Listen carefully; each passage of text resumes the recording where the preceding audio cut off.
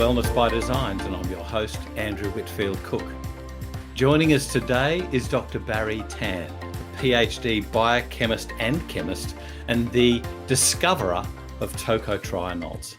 And I'm excited to speak to him today about these because I don't understand much. Welcome to Wellness by Design's Dr. Barrie Tan. How are you? I'm well, thank you. Nice to be on your show, Dr. Andrew.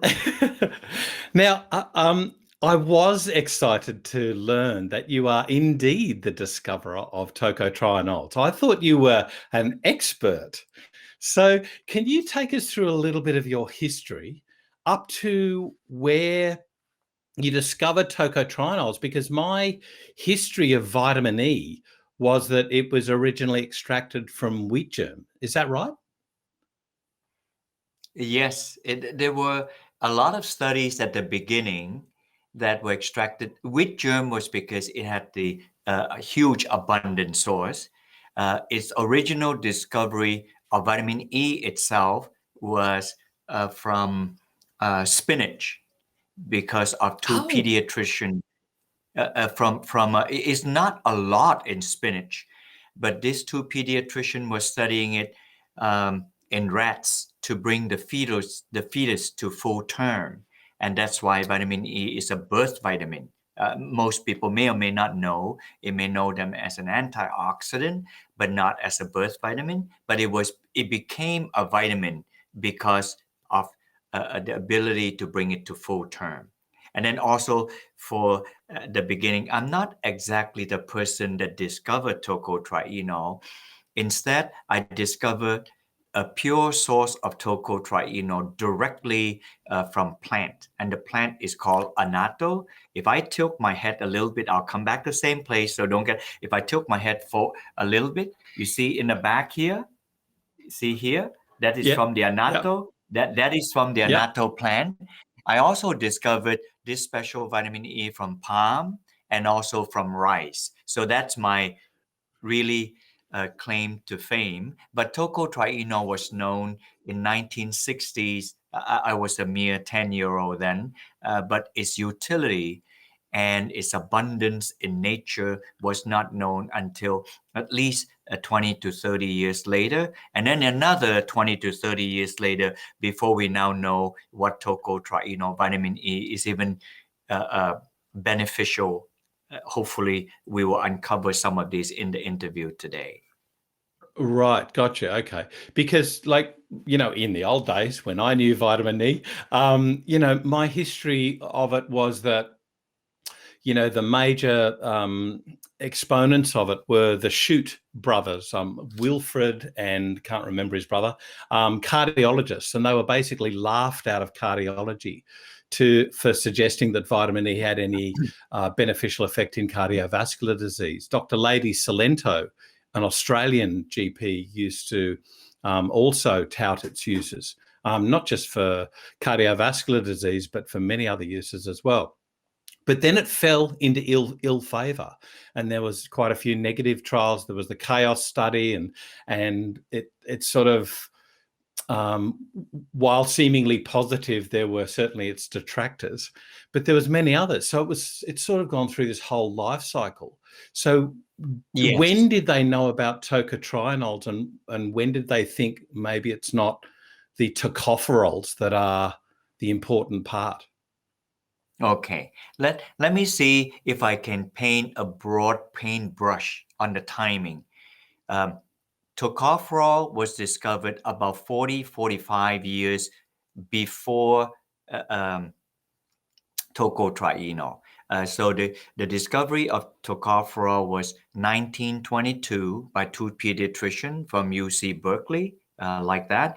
And tocotrienol was not discovered until the 1960s, like that. And when tocotrienol was first discovered, it actually was as early in 1962, 63, but it was so close in structure to, I have a structure here. I know this is only an audio thing. This is for your concept. If you see here, where my finger is pointing, there's a double bond here, and double bond here again. And the last double bond is here. So because of these three double bond, the tail is called triene, just means three double bond. A tocopherol would have the same tail, but the three double bonds would not be there. The antioxidant Right. head would be in here. A tocopherol and tocotrienol would have the same head, and this would be the antioxidant head. That's it. So because of the structure, they're so similar between tocopherol and tocotrienol. Even in the early 10 years, 20 years of tocotrienol discovery, they have other Greek letters. The four common one is alpha, beta, delta, gamma tocopherol. You will also see epsilon, nu, zeta, and Oh, phi tocopherol. Those tocopherol are right. actually tocotrienol. It was not until 2002 or 2003 they fixed it. So not only is the identification 40 years later, the nomenclature was also delayed. So that means it's almost as if that if we wait any longer, tocotrienol would have never been known. So I persisted with tocotrienol in my earlier career and then have stayed on in the last 30, 40 years to study it. So, and surprisingly and happily, it have differentiated properties from tocopherol, very different property. Today we know, and 30 years ago, 40 years ago when I started, I did not know. I just knew that the compound had different structure, slightly different structure, but the slightly different structure bear enormous difference in functions. Right. Okay. So just going back, that's really interesting about the evolution, about the naming of it, the nomenclature. So it's basically like how tuberculosis used to be called consumption. So if you look for tuberculosis in the early medical papers, it's not there because it was called something different.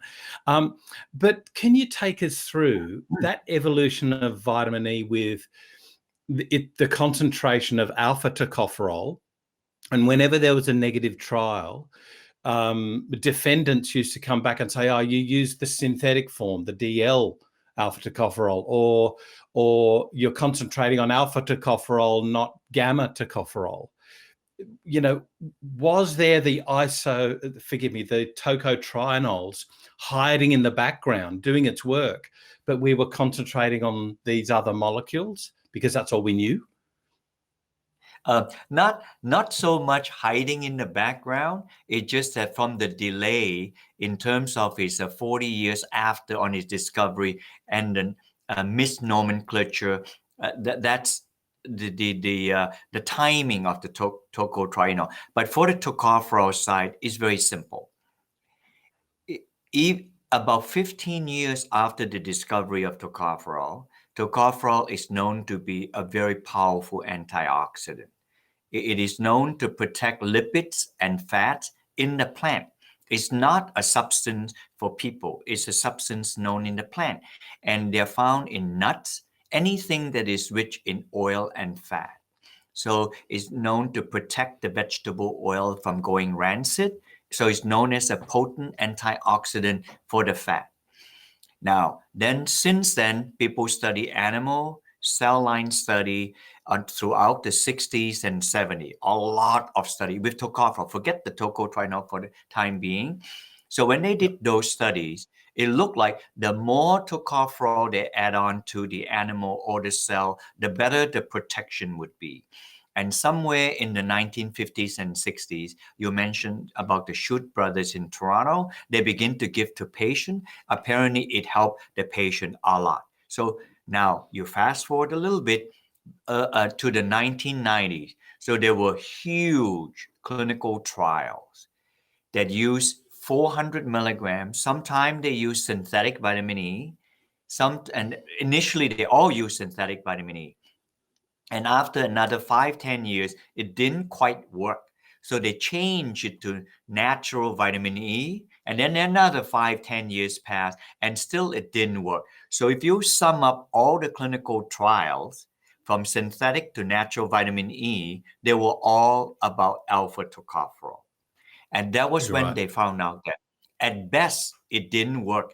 at worst, it may do some harm. So then people begin to raise the question, could it be the gamma tocopherol that worked? But nobody was making gamma tocopherol. Gamma tocopherol is abundant in the plant, but nobody synthesized to make it for consumption purposes, not them.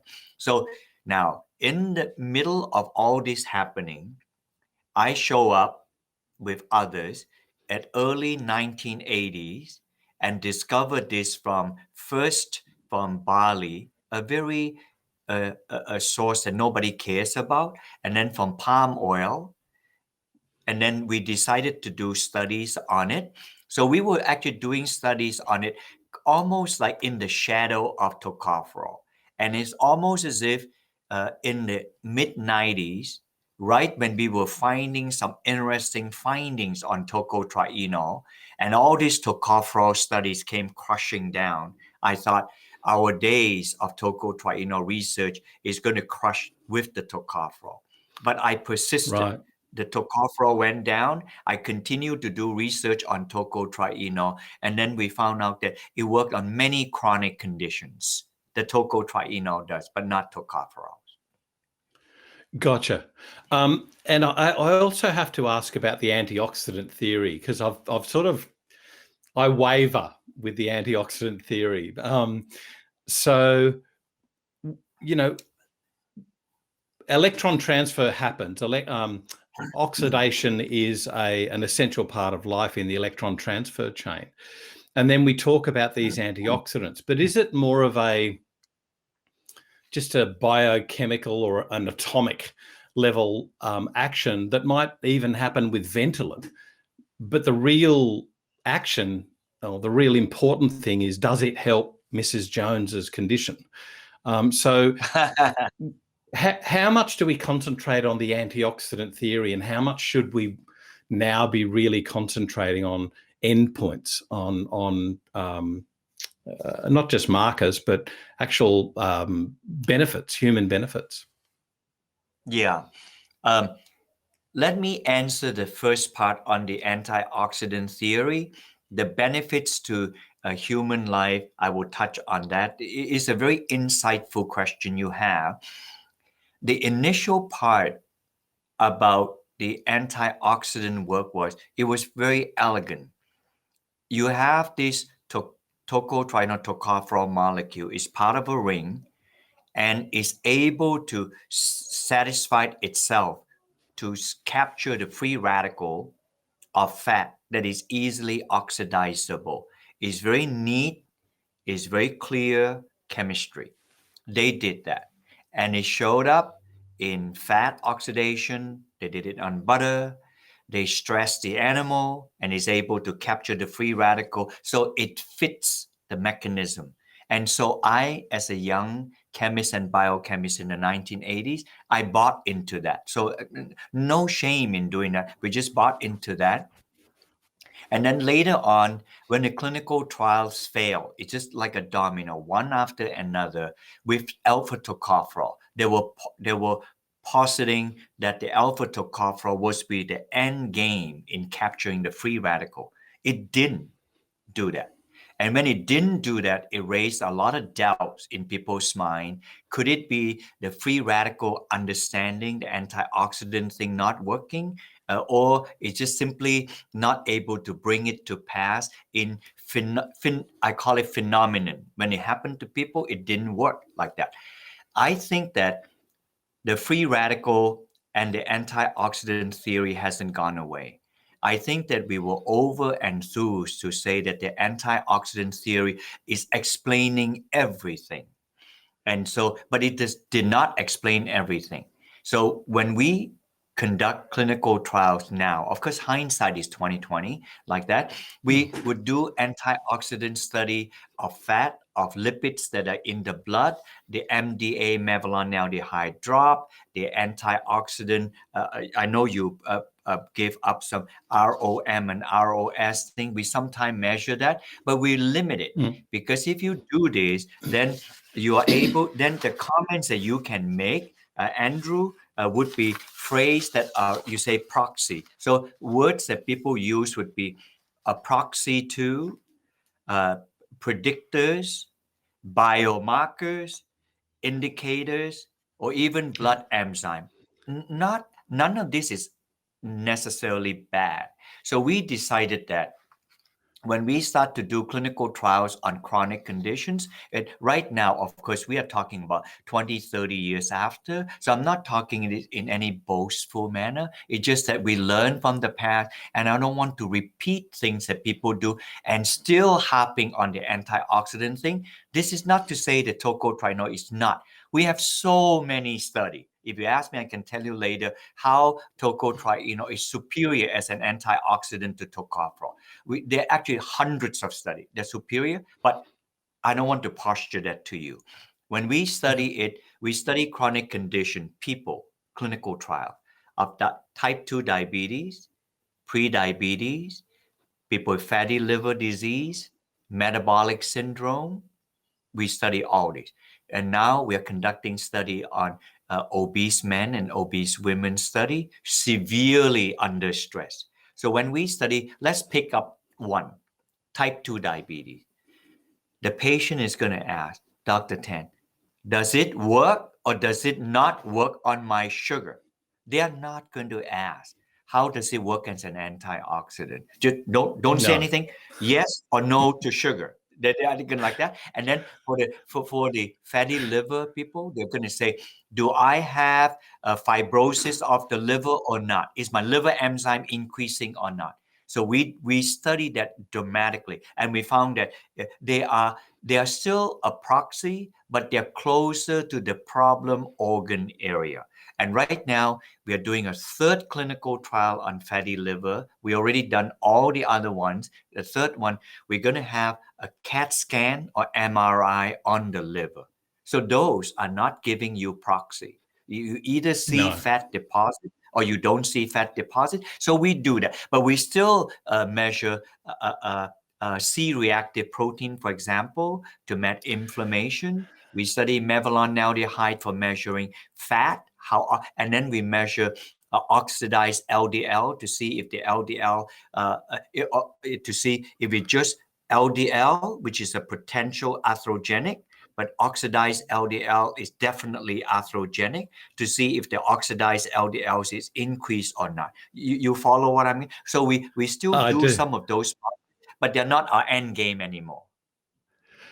Gotcha. Okay. So with those papers, when I was doing the research for our podcast, the total thiol levels and things like that, they're just a proxy, and we may as well use ALT, AST, GGT, your liver enzymes. We may as well use CRP, more orthodox method. One that I'm not familiar with was the forgive me, the mevalonaldehyde. Is that right? Mevalonic. I'm used to mevalonic acid. Mevalonaldehyde. Mevalonaldehyde is fatty acid, the final breakdown products of fat. Right. So the final breakdown product of fat, they are stable and they're measurable.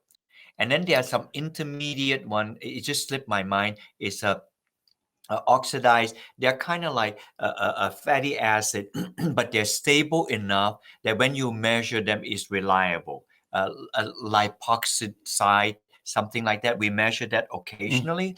We also measure deoxyguanidine base, which is a DNA base that is stable to do this. We have those, Andrew. We measure them. I know time doesn't permit us because we only have a short time.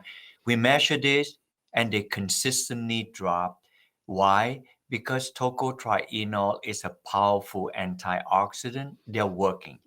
But if it were to be a college professor, if I were to publish a paper with do this, I'll get something to publish clearly differentiated from the control. But we are trying to make a product that is useful to people. So we have to figure out a way to study, does it work on improving the insulin?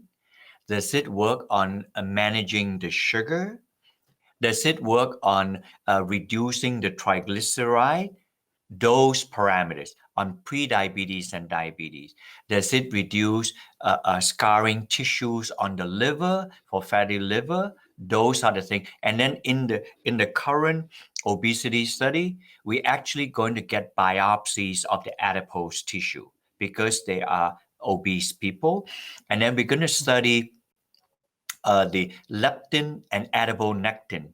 These are these are not the marker. These are the actual reagent that helps the protein that help it to burn the fat or store the fat. So we are directly studying something like that. And they're not necessarily easy to do. And you have to get institutional approved board to do it. It's easy to do this with animal study. It's not easy when you come to human being. If it were to be, we would have biopsies on all the organ tissue. We can't do that. We can only get biopsies tissue when people is clearly sick in that area, like people who have liver cancer. Then you can get the biopsies done. But otherwise, it's a huge desire to know, but we cannot access it. And by the way, when we do the adipose tissue, we know, for example, from animal study, the tocotrienol is deposited into the adipose tissue. So now with that adipose tissue, we'll be able to see how much of the tocotrienol is stored when people take it. So that's a true bioavailability measurement as opposed to an emotional one on the blood. Yes. And oh my goodness, I could go so many ways here with so many other supplements that speak about bioavailability when they're not. They're talking about absorption. Thank you for covering that. But just a last question, and I hate to be the sort of devil's advocate here, but I'm really curious, and that is, why not give the alpha tocopherol or beta gamma tocopherol with tocotrienols? I was looking at the molecular structures of them and how they sort of bend apart the if you like, the fatty acids in the cell wall. Is that part of how they work? Do we need to blend them together, or should we just forget the tocopherols and use tocotrienols from now on? Okay, I will answer the second one first. The tail of a tocopherol here, they do not have the 3 double bonds. Here, so the tocopherol tail is longer. The tocotrienol, because of the 3 double bond, the tail is shorter. So therefore, the tocotrienol is able to circle the cell membrane much faster, 50 times faster than tocopherol. It's basically spinning around the cell. The tocopherol still move around the cell, but it's moving 50 times slower. So therefore, this is a metaphor, works in the US. I'm not sure if it works in Australia. We have local police. The local police are confined in the area of the town. They do not cross to the next town. The people that cross to the whole state, they are state troopers in the US. And the people that cover the whole country, they're FBI agent. So FBI agent covers the whole country. State trooper covers the state, each state, and the police cover this town. So I think of a tocopherol, because it's moving slowly, it captures the free radical in the town because it's not moving very fast. Whereas a tocotrienol, the tail is shorter. It's able to spin around the cell fast, 50 times faster.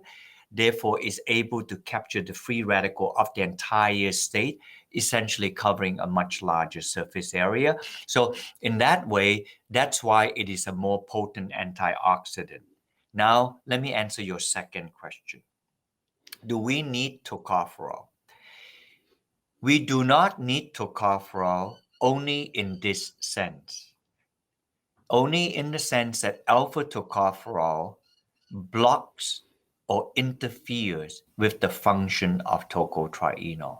This is repeatedly shown in the last 20 years in cancer, in diabetes, in lowering cholesterol.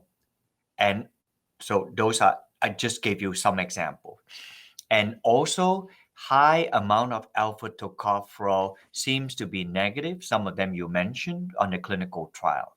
But I care mostly on the first one, because tocopherol interferes with the function of tocotrienol. So if you wish tocotrienol to have cardiovascular benefit, metabolic syndrome benefits, diabetes, and cancer, then it is best not to put in tocopherol that interferes with the function.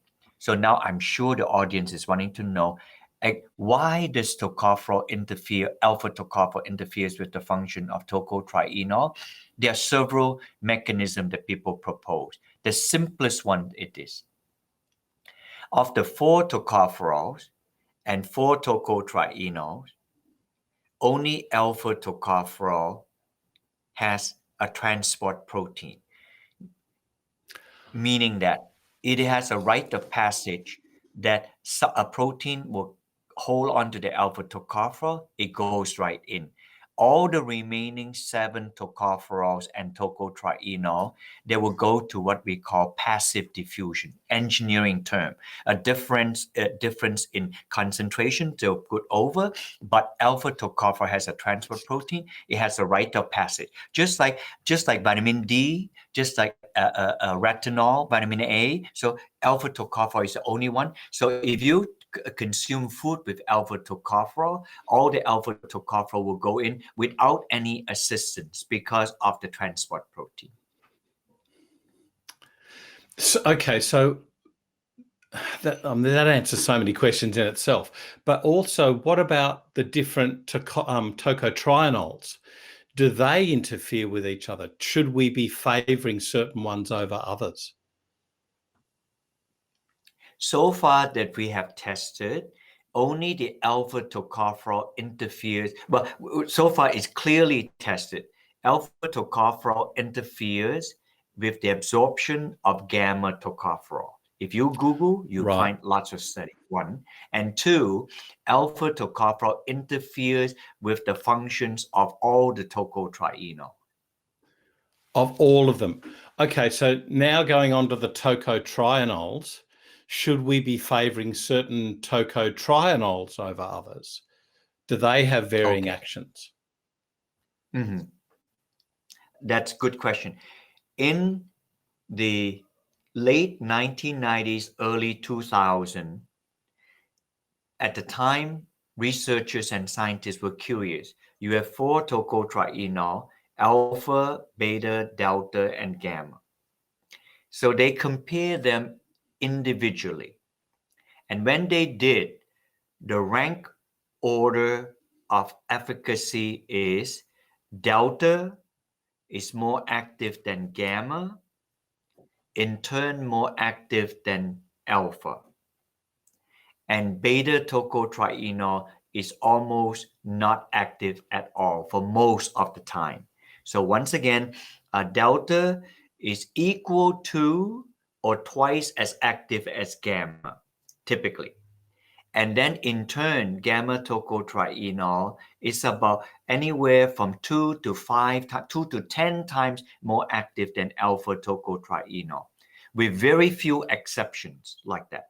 So now, having said that, the unique finding of Anato tocotrienol is this.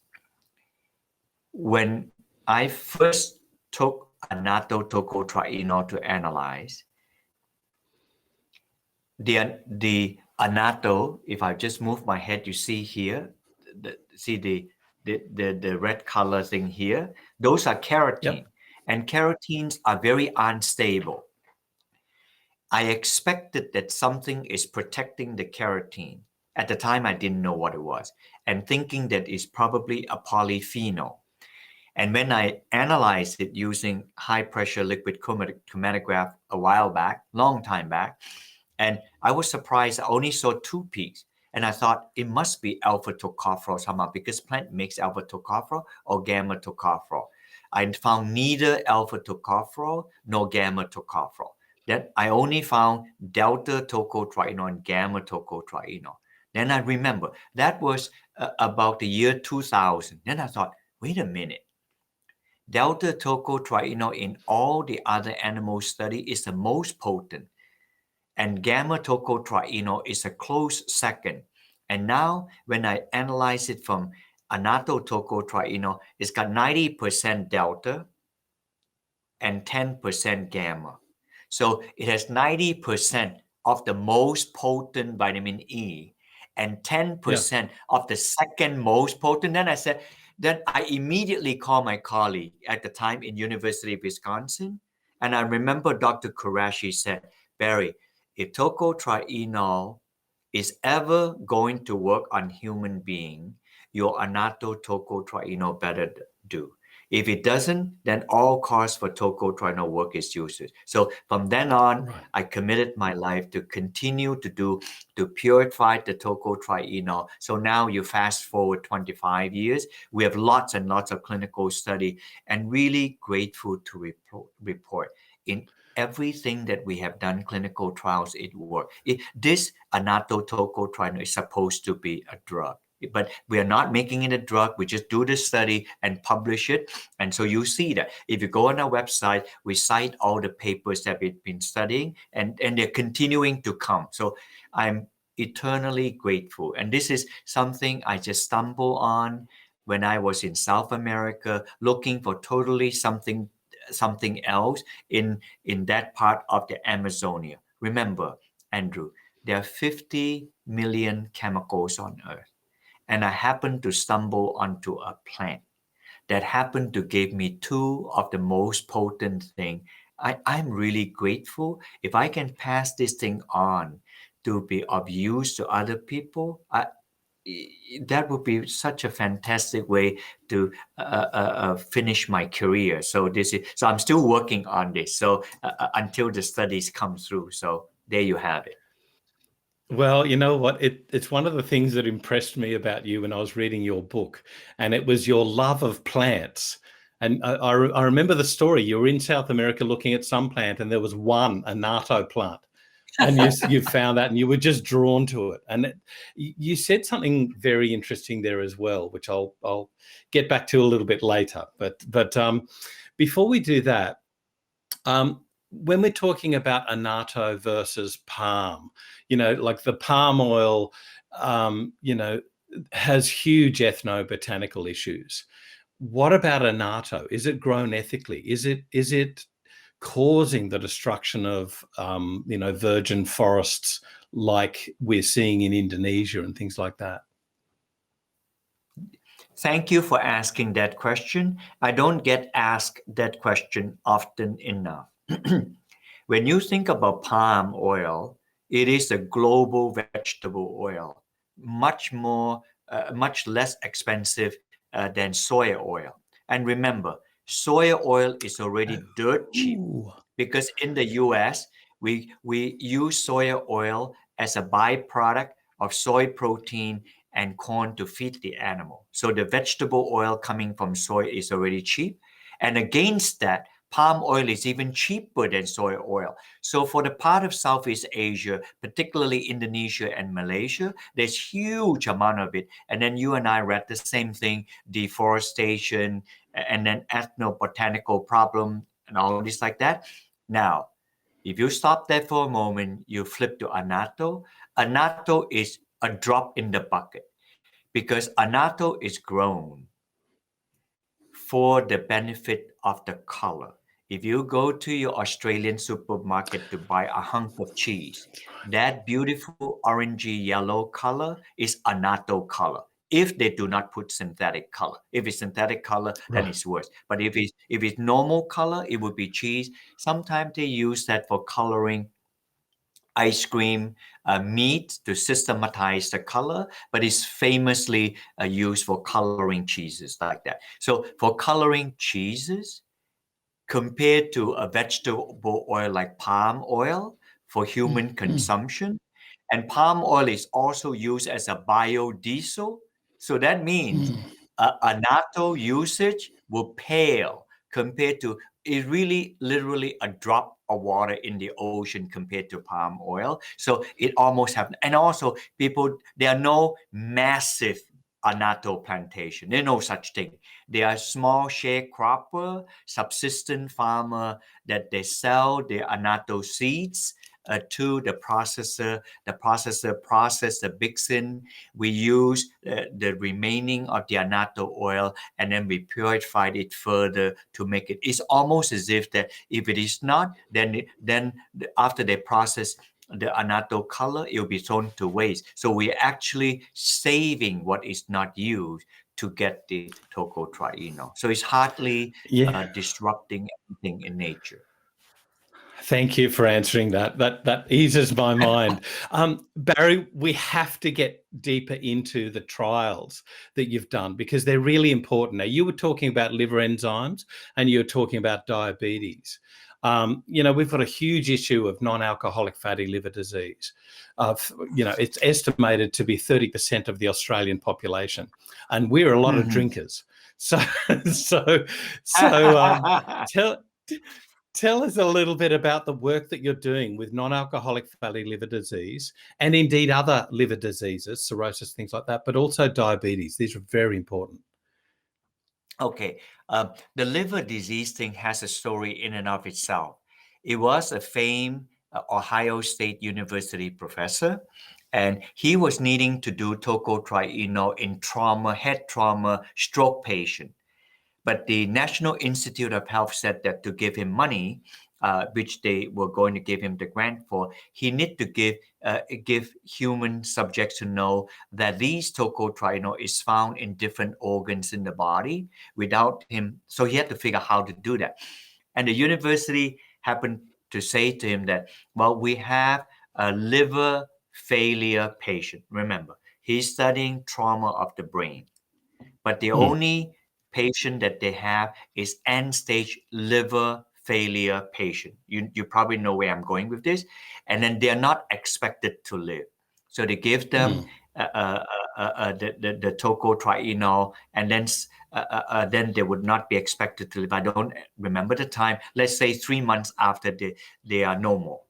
Surprisingly, for the one that did die, they were able to show that tocotrienol were found in different organs on the cadaver tissues.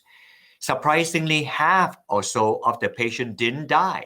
So they have an accidental finding that the tocotrienol helped to improve the liver. So it was an accidental find. I did not find it. Somebody else found it with the palm tocotrienol, which is about 25% tocopherol and 75% tocotrienol in the palm.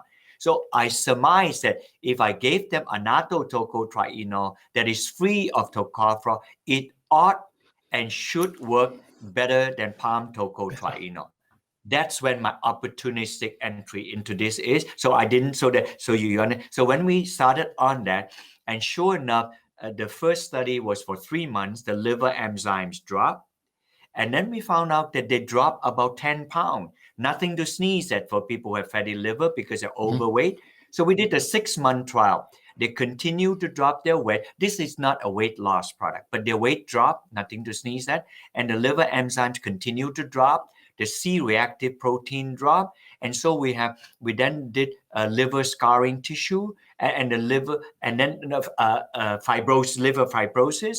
They're also reduced from the scan that we have. So now we're finally doing a 12-month study to do this.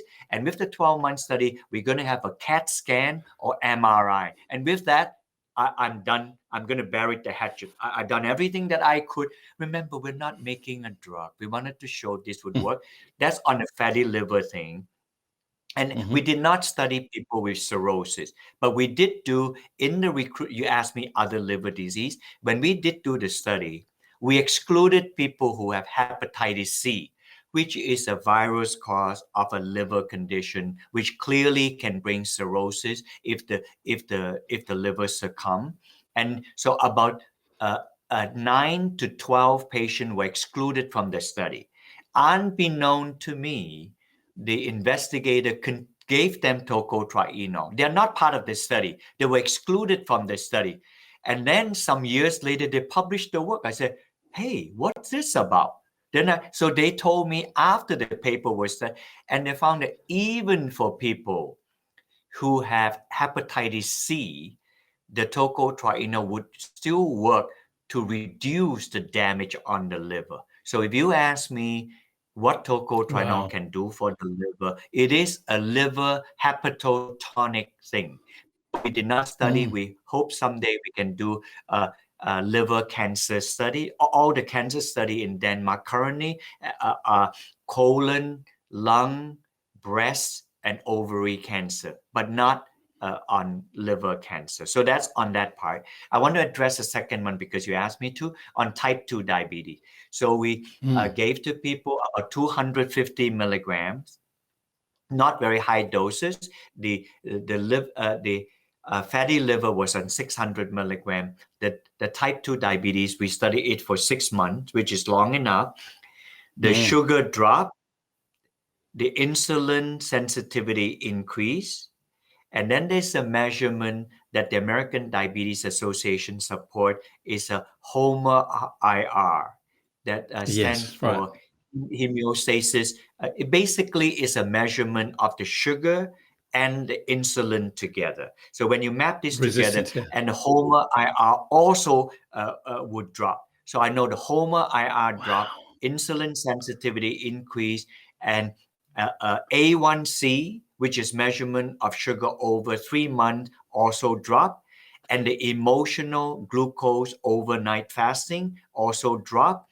And then we thought, well, I'm a happy puppy because all these are direct measurement of it. Of course, we also study the mevalonaldehyde. We also study the C-reactive protein. We also measure the weight, the drop. We also measure the triglyceride. All these secondary markers also drop, but the main primary markers as it pertains to diabetes drop. So right now, we are studying pre-diabetes. So in other words, they're short of being diabetic. So that study, we were indicated that it's promising, but the study has not been published. So pretty much in the entire spectrum of metabolic syndrome, it helps. In other words, pre-diabetes, and then diabetes, and then fatty liver, and then NASH. Fatty liver is NAFLD and NASH. So we have not gone all the way to study cirrhosis. We are hoping to do a cirrhosis study in Argentina. As you know, Andrew, it's easy to say what study need to be done, but it's hard to design and even longer to wait. So we are thinking to do a liver cirrhosis or NAFLD study in Argentina. So we don't know if that's going to pan out. But as far as I'm concerned, it works on liver. It works on diabetes, and now we are doing it on obesity because obesity is also an epidemic in the US now. So, right, and then obviously following on from there would be cardiovascular disease. Something that really interests me, and I only recently found this out, was another compound in Anato, and I am going to read this out because I will murder this word if I don't. But that is geranol. Yes, Geranol. And I think, yeah. So what I was really interested in here was that it's an isoprenoid. And what interests me there is its association with CoQ10, which is used commonly for cardiovascular disease. So where do we go here with Anato and cardiovascular disease? Yes. Let's say this would be a CoQ10. So the CoQ10 ring is here, and the CoQ10 tail is exceedingly long. You can see here, and then about here, where my finger is pointing here to here, that is GG. So 2 GG will be here, 2.5 GG would be here. So the entire 2.5 length of the tail of CoQ10 is GG. That's how the body use a GG to make CoQ10. If I'm wrapping it here, this is a pure cartoon. If this is tocotrienol here, and this is the ring of the antioxidant of tocotrienol, the entire tail of tocotrienol is GG. Human being cannot use GG to make tocotrienol. Tocotrienol to make it, but the plant use GG to make the tocotrienol. So GG Right. is used in the plant to make tocotrienol. In the human body, GG is used in the body to make 4 things to the best of my knowledge. One is to make CoQ10 that you mentioned. Skeletal muscle protein is used GG to make. Sarcopenia. Manoquinone 4, MK4, is made directly from GG. And the last one is to promote the production of testosterone, particularly of the elderly. I think we should leave the last one out. And MK4, if you read about that, is for cardiovascular health, is for anti-arteriosclerosis and bone health. And CoQ10 is for energy. So you can that. But the main thing would be for skeletal muscle protein synthesis. So let's take the skeletal muscle protein synthesis. When people take statin drug, it's supposed to inhibit the isoprenoid so that it does not make cholesterol, a good thing. But about several steps down, it is obligatory when it inhibits the cholesterol synthesis, it also inhibits GG that the body makes. So because it inhibits GG, therefore, the body also saw reduction of CoQ10. So if you see CoQ10 reduction for people who take statin, it's because statin inhibited the GG. That's it. That's the reason why CoQ10 dropped. But the main reason the cardiologist is worried about with the patient is really not CoQ10. CoQ10 is what you and I worried about because we are alternative and we are holistic. The doctor, the cardiologist is concerned that the patient would have back pain, trunk muscle pain, and muscle pain. Why is that? Because trunk muscle pain and back pain, they are skeletal muscle protein. And GG is required for the synthesis of skeletal muscle. So when you inhibit cholesterol synthesis by statin, it inhibits GG and thereby also reduce the ability of GG to make skeletal muscle. So therefore, if you add GG back to statin, it's fantastic because it makes CoQ10 reverse that and also reverse the damage caused myopathy by statin. This is very exciting. This is very exciting to me as well, because what you're talking about there, skeletal muscle protein, you're talking about supporting at least and hopefully reversing sarcopenia. And it answers also something that happens with statins, and that is weight gain. So, Barrie, I could talk to you for hours. I'm learning so much. Would you be happy? I want to say something, right? It is an Australian scientist, and if she hear this, she's probably tickle pink. She's based in Queensland. Her name is Dr. or Professor Jordan Irvin, and she did 4 groups of animal study. A control group, that means just normal rats with statin, second group. Rats with statin and GG, and rats with just GG. So if you compare rats with GG and control group, she saw that the muscle power of the rat increased. So that would work on exercise people, exercise signs, or on the elderly to prevent sarcopenia. When she did the statin group, the second one, the statin reduced the ability of the force production. And when she compared the statin group and the statin and GG, she found that the statin and GG is able to reverse the damage caused by the statin. That study was Wow. only published last year by an Australian scientist Brilliant. in your neck of the woods. So it's amazing. This is not, and if And in any of interest to you, my folks here can send you those paper. If you want another time to do another interview, I would love to do that, to follow up on this. Oh, please. I would love that. I would love, and I'm definitely going to get in touch with, is it her, Jordan Irvin? Jordan yeah, Jordon Irvin is a she, Yeah. Jordan Irvin, and I think she's based in Queensland somewhere. I don't know the precise address at the university. I will find her out. Yeah, she Because was I live in was going to- Queensland. yeah, huh? What did you say? I live in Queensland.